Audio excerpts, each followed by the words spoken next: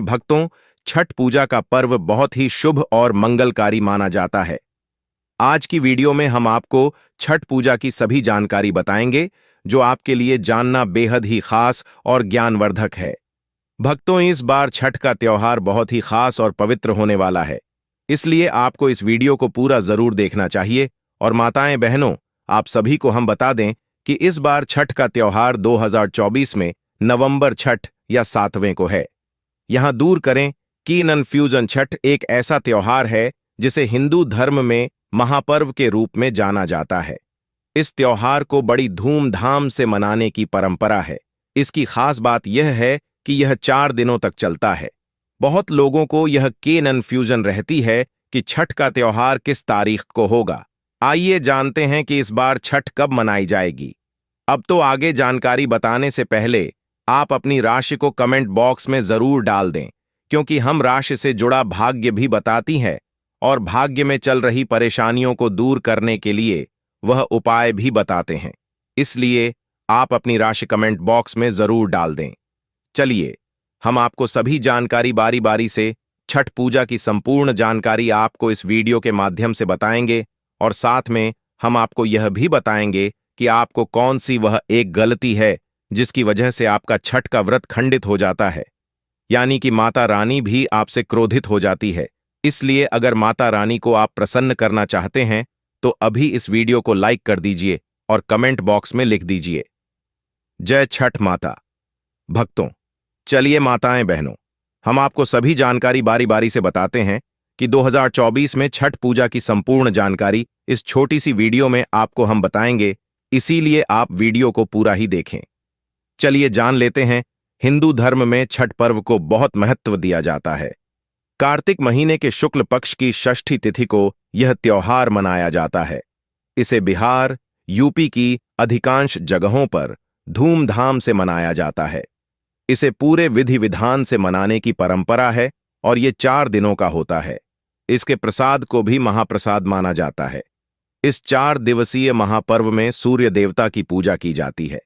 बता रहे हैं कि आखिर छठ पर्व का हिंदू धर्म में क्या महत्व है और साल 2024 में यह त्योहार किस दिन पड़ रहा है। कब से शुरू हो रहा है छठ पर्व? छठ पर्व की शुरुआत कार्तिक पक्ष की षष्ठी तिथि को हो रही है। 7 नवंबर को सुबह 12:41 से इस त्योहार की शुरुआत हो जाएगी। यह 8 नवंबर को सुबह 12:35 पर खत्म होगी। इस लिहाज से शाम का अर्घ्य 7 नवंबर को दिया जाएगा। बता रहे हैं कि 4 दिनों तक चलने वाले इस महापर्व का स्केड्यूल क्या है। कब है नहाए खाए? साल 2024 के नहाए खाए की बात करें तो यह 5 नवंबर 2024 को होगा। इस दिन मंगलवार पड़ रहा है। इस दिन से छठ की शुरुआत हो जाती है। लोग इस दिन घर के सभी बर्तनों की साफ सफाई करते हैं और घर की भी साफ सफाई का पूरा ध्यान रखते हैं। इस दिन से व्रत रखने वाले लोग नियम का पालन करना शुरू कर देते हैं और खुद को अलग कर लेते हैं। यहां तक कि उनका बर्तन भी अलग होता है और 4 दिन तक पूरे नियम पालन के साथ इस पर्व को मनाया जाता है। ऐसा माना जाता है कि इस दिन करीब 26 घंटे तक महिलाएं व्रत रखती हैं। पुरुष भी इस व्रत को रखते हैं। यहां तक कि कई जगह तो ऐसा देखा गया है कि मुस्लिम भी इस व्रत को श्रद्धा और भाईचारा के भाव के लिए रखते हैं। खरना कब है? 6 नवंबर 2024 को बुधवार के दिन करना पड़ रहा है। इस दिन गुड़ की खीर बनाई जाती है, जिसे पूजा के बाद प्रसाद में बांटा जाता है। इस खरना को खाने के बाद से ही 36 घंटे के निर्जला व्रत की शुरुआत हो जाती है। चूल्हे में आम की लकड़ी को जलाकर यह खीर बनाई जाती है। शाम के सूर्य का अर्घ्य कब होगा?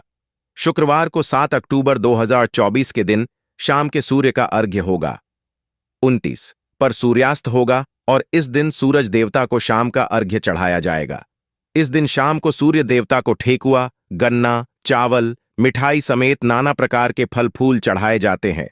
सुबह के सूर्य का अर्घ्य कब होगा? छठ पूजा के चौथे दिन की बात करें, यह इस महापर्व का आखिरी दिन होता है। इस बार यह 8 नवंबर को शुक्रवार के दिन पड़ रहा है। इसमें सुबह का अर्घ्य दिया जाता है। इस दिन सूर्योदय का समय सुबह 6:37 पर है। इसी के 736 घंटे का निर्जला व्रत खत्म हो जाता है और लोग इस महापर्व के महाप्रसाद को बांटते हैं।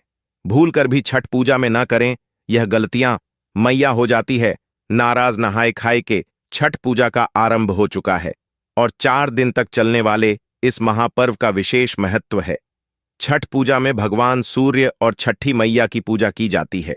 इनकी पूजा में कई चीजों का ध्यान रखा जाता है जिससे इसकी महत्ता बरकरार रह सके। छठ पूजा सबसे कठिन व्रतों में एक माना जाता है और इस पूजा में गलतियों का कोई स्थान नहीं होता है। मान्यता है कि छठी मैया बहुत उदार मानी जाती है और यह अपने भक्तों पर जल्द ही प्रसन्न हो जाती है, लेकिन पूजा के समय कोई भी गलती से नाराज भी हो जाती है। इसलिए छठ पर्व में छठी मैया की पूजा में कुछ बातों का विशेष ध्यान रखा जाता है। इन चीजों को सबसे दूर रखें। छठ पूजा में सबसे जरूरी चीज होती है पवित्रता। पूजा में पवित्रता का होना बहुत जरूरी है और इस बात का खास ध्यान रखा जाता है। पूजा में शामिल होने वाली हर छोटी छोटी चीज को गंदे झूठे हाथों से नहीं छूना चाहिए। यहां तक कि दूसरे सामान को छूकर भी छठ पूजा में शामिल होने वाली चीजों को नहीं छूना चाहिए और बच्चों से भी इन सामान को दूर रखना चाहिए। छठ पूजा के सामान को केवल साफ सुथरे हाथ से लेना चाहिए। ऐसी चीजों को ना करें। मां को अर्पित छठ पूजा में छठी मैया को चढ़ाने वाली कोई भी चीज झुठलाई और खंडित नहीं होनी चाहिए। अगर थपेड़ों पर लगे फल फूल को भी पशु पक्षी ने झुठलाया है तो उसको भी माता को अर्पित न करें। फल फूल हमेशा साफ सुथरे और शुद्ध होने चाहिए क्योंकि उनको छठी मैया को प्रसाद के रूप में अर्पित करने का नियम है। साथ ही ध्यान रखें कि छठ पूजा में जो चीज शामिल होती है केवल उन्हीं चीजों का प्रयोग में लाएं और अपने मन से किसी भी चीज को ना चढ़ाएं। माना जाता है कि एक बार जिस चीज को आप चढ़ाते हैं उसे फिर हर साल चढ़ाना होता है। छठ पूजा के समय इस बात का रखें ध्यान, छठ पूजा के प्रसाद को कोई और नहीं बना सकता। इसको केवल व्रत रखने वाले ही बनाते हैं।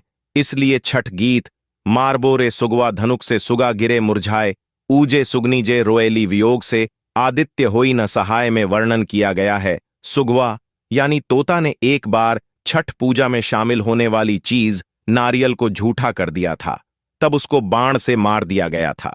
फिर सुगमी ने तोते के लिए छठी मैया से व्रत करके आराधना की, तब मैया ने सुगमा को जीवित कर दिया। इस गीत में छठ पूजा में शामिल होने वाली चीजों की शुद्धता के बारे में भी बताया है। इन चीजों का सेवन करने से बचें। दिन चलने वाले इस महापर्व में जो भी व्रत करता है और उसके परिजन को तामसिक भोजन जैसे लहसुन प्याज तक के सेवन करने से बचना चाहिए और इस व्रत की शुद्धता तक का ध्यान रखना चाहिए। यहां तक कि इन चीजों को घर पर रखने से भी बचे। छठ पूजा में केवल सात्विक भोजन करना चाहिए। लहसुन प्याज को राक्षसी भोजन माना गया है और व्रत के दौरान इन चीजों के प्रयोग से व्रत की अखंडता और शुद्धता खत्म हो जाती है और पाप के भागीदार बन जाते हैं। व्रत करने वाले यहां न सोएं। छठ पूजा में कई नियमों का पालन करना होता है क्योंकि इसे साधना और श्रद्धा का पर्व माना गया है। छठ पूजा का व्रत करने वाले व्यक्ति को बैठ गद्दा या पलंग पर नहीं सोना चाहिए। 4 दिन तक व्रत करने वाले व्यक्ति को भूमि देने की भी बात है। शमी पर आसन बिछाकर ही सोने का नियम है ताकि व्रती अपनी साधना को पूरा कर सके। इस तरह से सोने पर व्यक्ति में शारीरिक और मानसिक रूप से सकारात्मक असर पड़ता है। इस तरह के डाले का न करें प्रयोग। छठ पूजा में शामिल होने वाली हर चीज नहीं होने चाहिए। यहां तक कि पहले से प्रयोग में लाए जाने वाले बर्तनों का भी शामिल नहीं करना चाहिए। अगर आपको बर्तन धातु के बने हुए हैं तो उनको साफ करके प्रयोग में लाया जा सकता है, लेकिन डाला हमेशा नया ही होना चाहिए। अगर कोई व्यक्ति इन चीजों को जुटाने में असमर्थ है तो संपन्न व्यक्ति को उनकी सहायता अवश्य करनी चाहिए। व्रत के दौरान तामसिक भोजन नहीं खाना चाहिए, जैसे बैंगन, कटहल, लहसुन, प्याज का भोजन, मांस, मटन, मछली, चिकन आदि। इस दौरान धूम्रपान या अन्य किसी भी प्रकार का नशा नहीं करना चाहिए। सूर्य को अर्घ्य देने से पहले जल या भोजन ग्रहण नहीं करना चाहिए।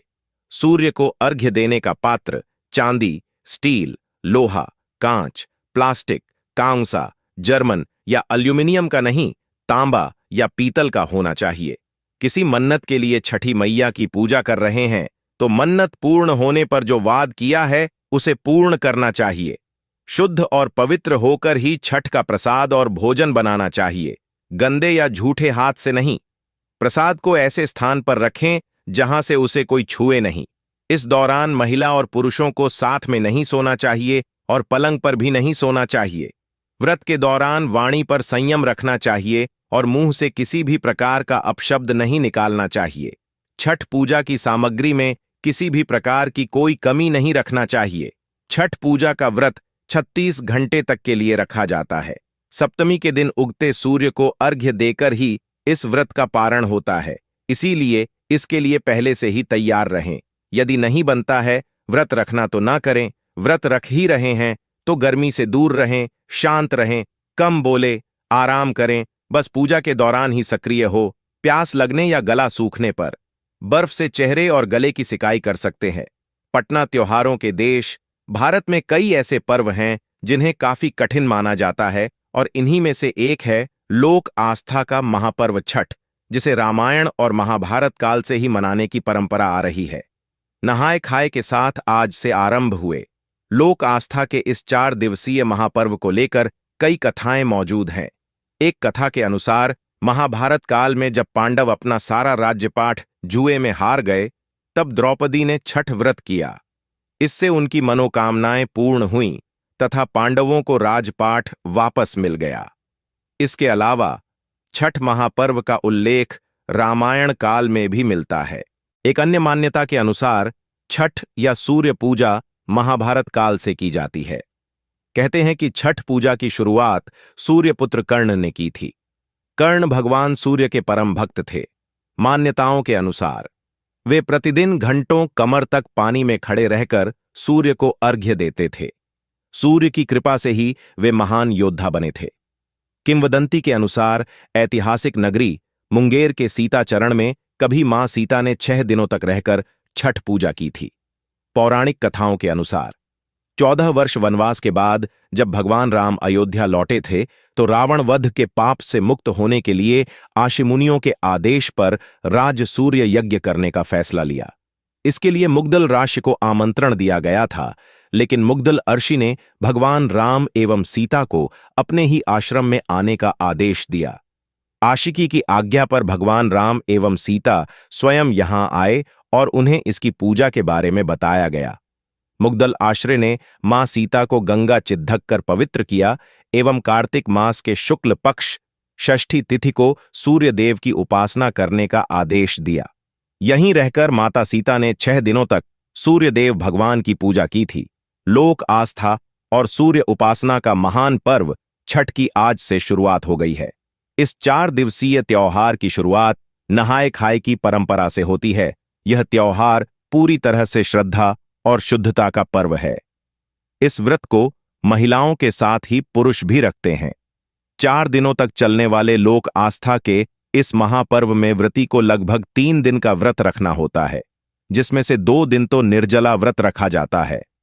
छठ को पहले केवल बिहार, झारखंड और उत्तर भारत में ही मनाया जाता था, लेकिन अब धीरे धीरे पूरे देश में इसके महत्व को स्वीकार कर लिया गया है।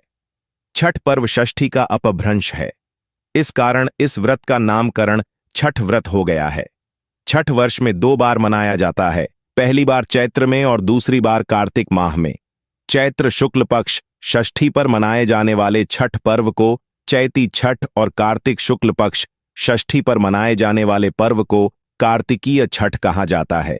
इस पूजा के लिए 4 दिन महत्वपूर्ण है।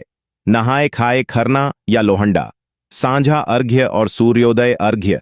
छठ की पूजा में गन्ना, फल, डाला और सूप आदि का प्रयोग किया जाता है। मान्यताओं के अनुसार छठी मियां को भगवान सूर्य की बहन बताया गया है। इस पर्व के दौरान छठी मियां के अलावा भगवान सूर्य की पूजा आराधना होती है। कहा जाता है कि जो व्यक्ति इन दोनों की अर्चना करता है, उनकी संतानों की छठी माता रक्षा करती है।